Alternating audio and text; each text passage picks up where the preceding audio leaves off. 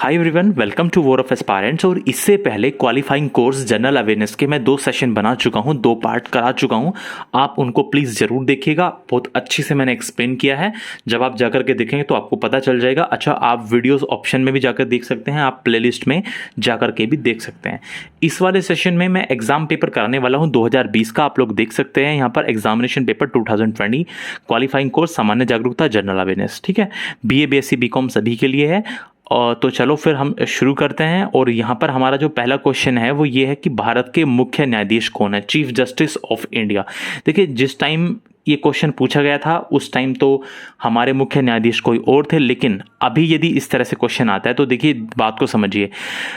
Indian Republic में यानी भारतीय गणराज्य में अब तक टोटल 48 न्यायाधीशों ने मुख्य न्यायाधीश के रूप में सेवा की। कहने का मतलब अब तक total 48 chief justice of India हो चुके हैं, यानी इंडिया के 48 चीफ जस्टिस हो चुके हैं।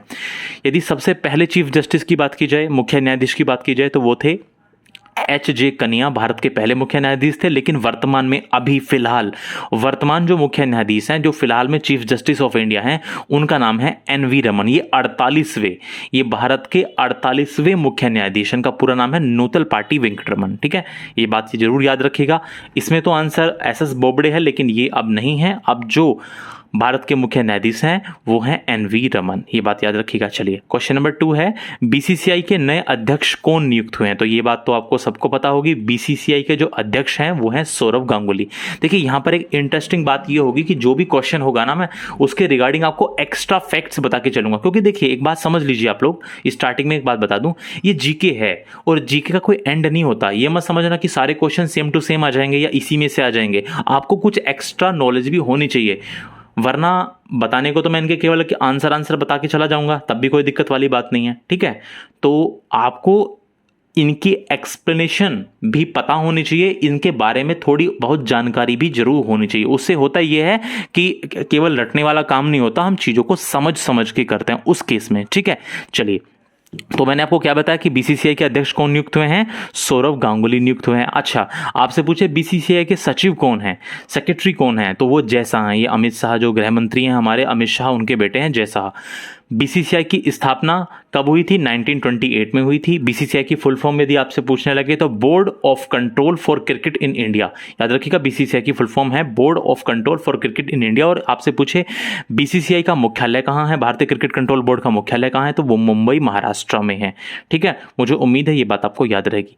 अब अच्छा, अब चलते हैं कि गीता फोगाट किसकी खिलाड़ी है, कौन से खेल की खिलाड़ी है। तो सीधी सी बात है, कुश्ती की खिलाड़ी है। लेकिन आपको कुछ और खिलाड़ियों के नाम पता होने चाहिए जो कुश्ती से संबंधित हैं। तो मैं आपको बता दूं, देखिए, कुश्ती से संबंधित जो अन्य महत्वपूर्ण खिलाड़ी हैं उनके नाम, भाई जरूरी थोड़ा ना गीता फोगाट पूछे, अब किसी और का नाम देके पूछ सकता है। बताइए, विनेश फोगाट किससे संबंधित है, दीपक पूनिया किससे संबंधित है। तो देखिए, बजरंग पूनिया, रवि दहिया, दीपक पूनिया, नरसिंह यादव, अमित दहिया, रमेश कुमार गुलिया, योगेश्वर दत्त, साक्षी मलिक, विनेश फोगाट, KD जाधव एटसेट्रा, ये सभी खिलाड़ी भी किससे संबंधित हैं, कुश्ती यानी रेसलिंग से ही संबंधित हैं। मुझे उम्मीद है आपको मेरी बात अच्छे से समझ में आ रही होगी।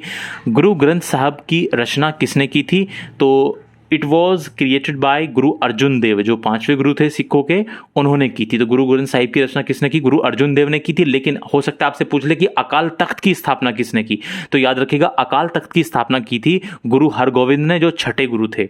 और खालसा, आपसे पूछे बताइए खालसा पंथ की स्थापना किसने की थी, तो खालसा पंथ की स्थापना की थी गुरु गोविंद सिंह ने।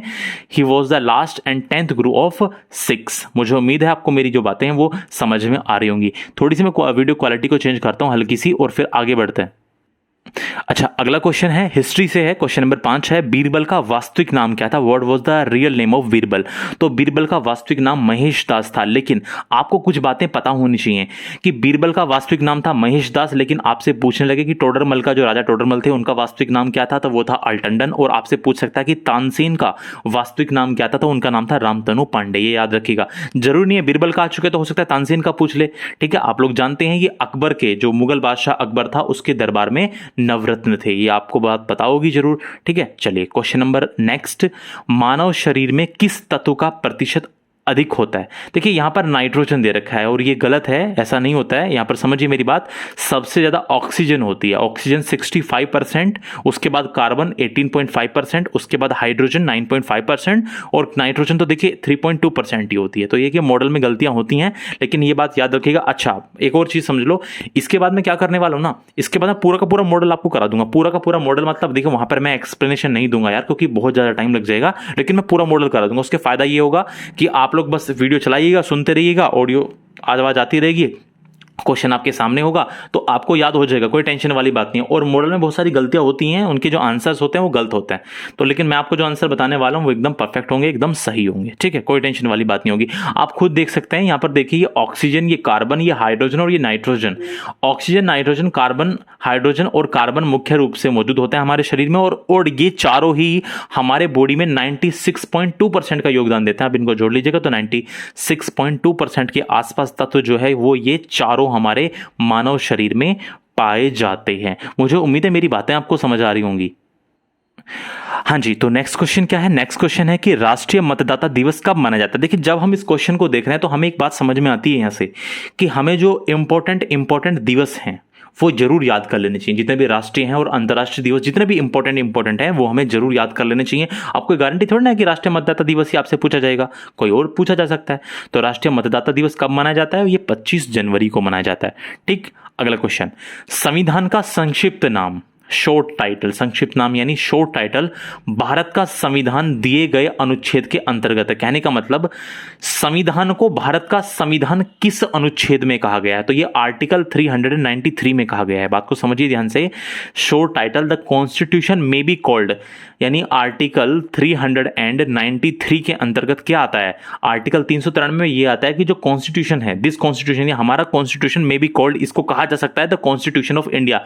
कॉन्स्टिट्यूशन ऑफ इंडिया यानी भारत का संविधान। ये तो कहा है कि संविधान का संक्षिप्त नाम भारत का संविधान यानी कॉन्स्टिट्यूशन ऑफ इंडिया किस अनुच्छेद के अंतर्गत है? तो यह है 393, आर्टिकल 393 के अंतर्गत है। मुझे उम्मीद है मेरी बातें आपको समझ में आ रही होंगी। अच्छा, नेक्स्ट क्वेश्चन इज, भारत का लौह पुरुष किसे कहते हैं? The iron man of India किसको कहा जाता है? इन्होंने दो चीजों को यहां पर बताया, आंसर बताया मैं। The best answer is Sardar Patel. Sardar Vallabh भाई पटेल को भारत का लौह पुरुष कहा जाता है। लेकिन यहां पर एक ऑप्शन में एक और चीज है, ये क्वेश्चन भी आपसे पूछा जा सकता है कि दादा भाई नौरोजी का उपनाम क्या है? तो याद रखिएगा, दादा भाई नौरोजी को भारत का वयोवृद्ध यानी grand old man of India की उपाधि के नाम से भी जाना जाता है दादा भाई नौरोजी को। ठीक है, ये क्वेश्चन भी आपसे पूछा जा सकता है। आगे चलें, आगे पूछ रखा है, करो या मरो का नारा किसने दिया? ये स्लोगन किसने दिया? वी ऑल्सो नो, हमें पहले से ही पता है, वी ऑलरेडी नो कि ये महात्मा गांधी ने दिया था। लेकिन जरूर छोड़ना है कि ये नारा, ये स्लोगन इनका ही पूछा जाए, तो मैं अब आपको कुछ नारे, कुछ स्लोगन आपको बताने की कोशिश करता हूं, है ना। इनको जरूर अच्छे से देखिएगा। देखिए, जय जवान जय किसान का नारा लाल बहादुर शास्त्री ने दिया। मारो फिरंगी को मंगल पांडे ने दिया। जय जगत का नारा विनोबा भावे ने, आचार्य विनोबा भावे ने दिया। कर मत दो, ये नारा किसने दिया? सरदार वल्लभ भाई पटेल ने। संपूर्ण क्रांति का नारा किसने दिया? जयप्रकाश नारायण ने। विजय विश्व तिरंगा प्यारा, श्यामलाल गुप्त पार्षद ने। वंदे मातरम, बंकिम चंद्र चटर्जी। जनगणमन, रविंद्रनाथ टैगोर, यानी वंदे मातरम के जो रचनाकार हैं बंकिम चंद्र चटर्जी। समझ रहे हैं ना मेरी बात आप? जनगणमन, रविंद्रनाथ टैगोर। साम्राज्यवाद का नाश हो, भगत सिंह। स्वराज्य हमारा जन्मसिद्ध अधिकार है, किसने कहा? बाल गंगाधर तिलक ने। इनकलाब जिंदाबाद, भगत सिंह। दिल्ली चलो, सुभाष चंद्र बोस। करो या मरो, ये तो पूछा गया था, करो या मरो, महात्मा गांधी। जय हिंद का नारा, सुभाष चंद्र बोस। पूर्ण स्वराज की बात किसने की? जवाहरलाल नेहरू ने। हिंदी, हिंदू, हिंदुस्तान, भारतेंदु हरिश्चंद्र। ठीक है, ये याद रखिएगा। वेदों की ओर लौटो, इंपॉर्टेंट है, ये स्वामी दयानंद सरस्वती ने कहा। आराम हराम है, किसने कहा? पंडित जवाहरलाल नेहरू ने कहा। हे राम, महात्मा गांधी ने कहा। भारत छोड़ो, महात्मा गांधी। सरफरोशी की तमन्ना अब हमारे दिल में है, इंपॉर्टेंट है, ये कहा था राम प्रसाद बिस्मिल ने। सारे जहां से अच्छा हिंदुस्तान हमारा, ये इकबाल का कथन है, इकबाल ने ऐसा कहा था। तुम मुझे खून दो मैं तुम्हें आजादी दूंगा, सब जानते हैं, सुभाष चंद्र बोस ने। साइमन कमीशन वापस जाओ, ये लाला लाजपत राय का नारा है। Who lives if India dies, ये पंडित जवाहरलाल नेहरू ने ये बुक भी लिखी थी और ये इसके ऊपर इन्होंने बुक भी लिखी थी, who lives if India dies के ऊपर। ठीक है, अच्छा नेक्स्ट, दास्तां के हलवे से आजादी के सूखे चने कहीं अच्छे हैं, ये किसने कहा था? नेताजी सुभाष चंद्र बोस ने ये कहा था। ठीक, अच्छा एक वन सा मिनट प्लीज, थोड़ा सा और मैं आपको नीचे लेके चलता हूं। एक मिनट यार, थोड़ा सा हम इसको नीचे ड्रैग कर लेते हैं। चलिए, तो ये हो गया है, ये हो गया, और ज़्यादा इंपॉर्टेंट नहीं है, इतने ही सफिशिएंट है ना, इतने सफिशिएंट है और ज़्यादा नहीं। तो इस तरह से आपको मेरे कहने का मतलब ये है कि आपको चीज़ें जो है ना वो याद होनी चाहिए। जरूरी नहीं है अब जैसे यहाँ पर ये नारा पूछ ले आप बाकी नारे याद कर लीजिए, हो सकता है वहां से क्वेश्चन आ जाए। अगला क्वेश्चन है, भारत में न्यायिक सक्रियता संबंधित है। ये आपको अब पहले ये पता होना चाहिए न्यायिक सक्रियता क्या है। देखो ध्यान से समझो, न्यायिक सक्रियता क्या होती है। देखिए न्यायिक सक्रियता जो होता है, देखिए जब न्यायपालिका जनहित के मामलों में, जनहित यानी जनता के हित, ठीक है, जनहित मतलब पब्लिक के वेलफेयर के मामले में, पब्लिक के हित के मामले में, जनता के हित के मामलों में कार्यपालिका एग्जीक्यूटिव तथा विधायिका यानी लेजिस्लेटिव के क्षेत्र में हस्तक्षेप करती दिखाई दे तो उसे न्यायिक सक्रियता की संज्ञा दी जाती है। नहीं समझे मेरी बात? आपने कई बार देखा होगा हाई जो कोर्ट होती है वो स्वतः संज्ञान ले लेती है, सुना है ना कि कोर्ट ने स्वतः संज्ञान लिया और सरकार को फटकार लगाई, आपने जरूर चीजें सुनी होगी।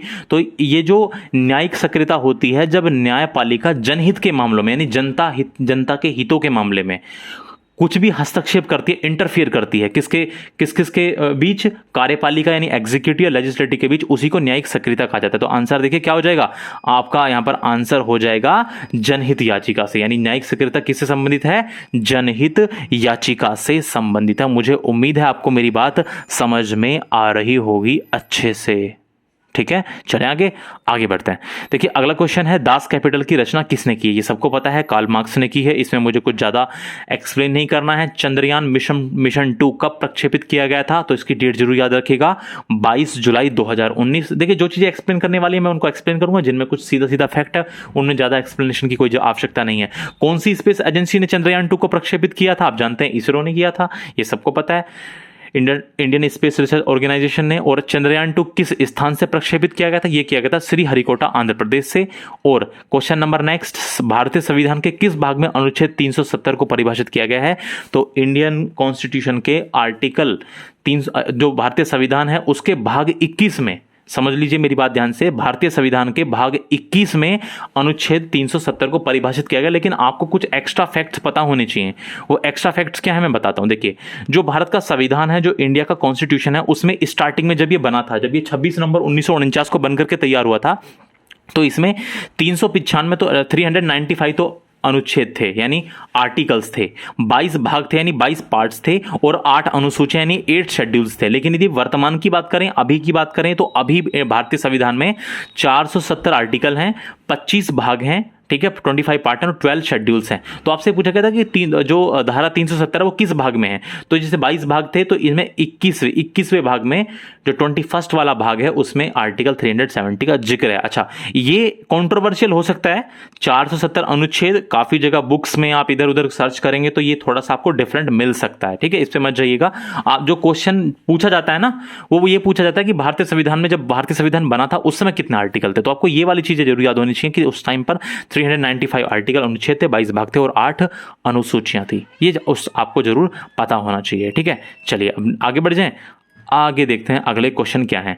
नेक्स्ट क्वेश्चन है, भारत में 5 अगस्त 2019 से पहले कितने राज्य और कितने संघ क्षेत्र, संघ क्षेत्र मतलब केंद्र शासित प्रदेश कितने थे, ये आपसे यूनियन टेरिटरी के बारे में पूछ रहा है। तो जब 5 अगस्त 2019 से पहले ना भारत में 29 राज्य हुआ करते थे और 7 संघ क्षेत्र। फिर ये 5 अगस्त 2019 को ऐसा क्या हुआ था, याद है? 5 अगस्त 2019 को जम्मू कश्मीर को 2 हिस्सों में बांट दिया गया था। एक यूनियन टेरिटरी बना लद्दाख और एक यूनियन टेरिटरी, एक केंद्र शासित प्रदेश बन गया क्या, जम्मू एंड कश्मीर। जम्मू कश्मीर राज्य का पुनर्गठन किया गया था 5 अगस्त 2019 को, जब आर्टिकल 370 हटाया गया था, याद आ रहा है? बिल्कुल सही। तो उससे पहले 29 राज्य हुआ करते थे, 7 हुआ करते थे केंद्र शासित प्रदेश। लेकिन देखो अगला क्वेश्चन क्या पूछा है, भारत में 5 अगस्त 2019 के बाद कितने राज्य हैं और कितने संघ क्षेत्र हैं। तो देखो राज्य जो है भारत में, देखो पहले जम्मू कश्मीर का राज्य था तो वो कम हो गया तो रह गए 28। अब आप कहोगे कि 7 केंद्र शासित प्रदेश थे और 2 केंद्र शासित प्रदेश बन गए तो 9 होने चाहिए, नहीं 9 नहीं है। याद रखना, अभी यदि वर्तमान की बात की जाए तो 28 राज्य हैं 5 अगस्त 2019 के बाद, 28 तो स्टेट हैं, और संघ क्षेत्र मतलब केंद्र शासित प्रदेश ये केवल 8 ही हैं। कैसे हैं 8, मेरी बात समझो, देखो ध्यान से। जो भारत के भी केंद्र शासित प्रदेश हैं वो है दिल्ली है, जम्मू कश्मीर है, लद्दाख है, अंडमान निकोबार द्वीप समूह है, चंडीगढ़ है, दादरा एवं नगर हवेली, दमन और दीव। अब ये दोनों मिलाकर के एक ही केंद्र शासित प्रदेश बन गया है, इसलिए 7 से 9 नहीं हुए हैं, वो 7 से केवल 8 हुए हैं। बात आई समझ में? केवल 8 केंद्र शासित प्रदेश है यानी 8 ही संघ क्षेत्र हैं।